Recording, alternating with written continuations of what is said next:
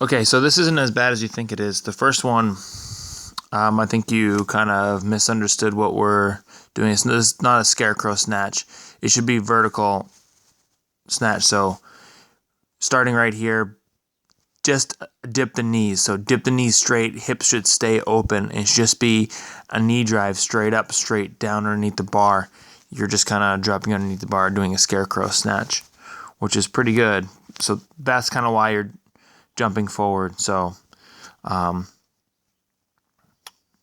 worry too much about that.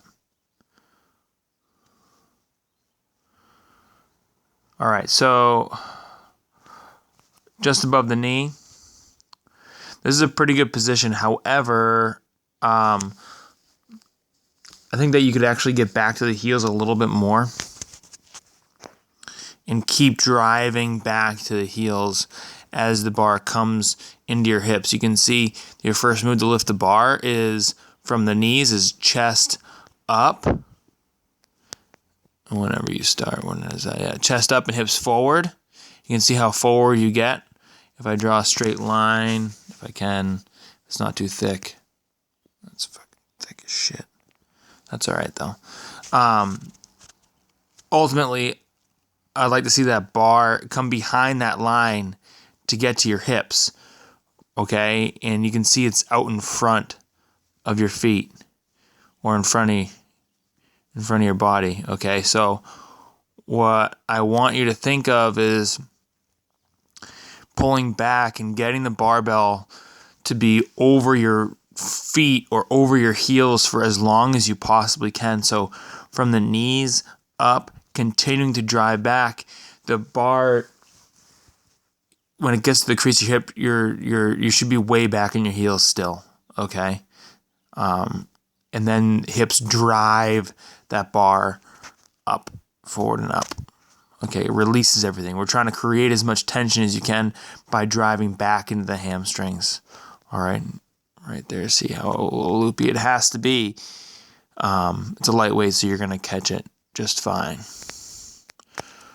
Okay, there's that one's just above the knee, and then here comes just below the knee. Same idea here.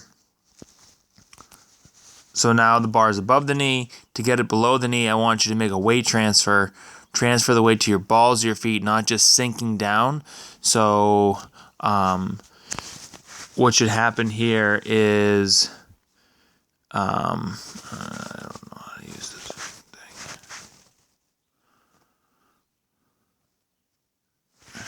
Yeah, whatever. What should happen here is the knees should slide forward instead of just everything sinking down.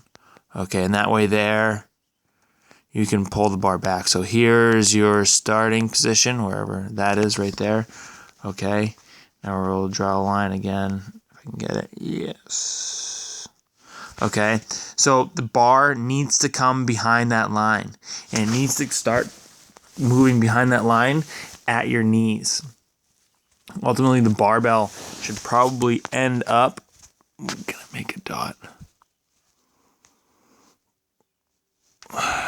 Should end up like there. The end of the barbell should end up, the center of the bar should end up right there.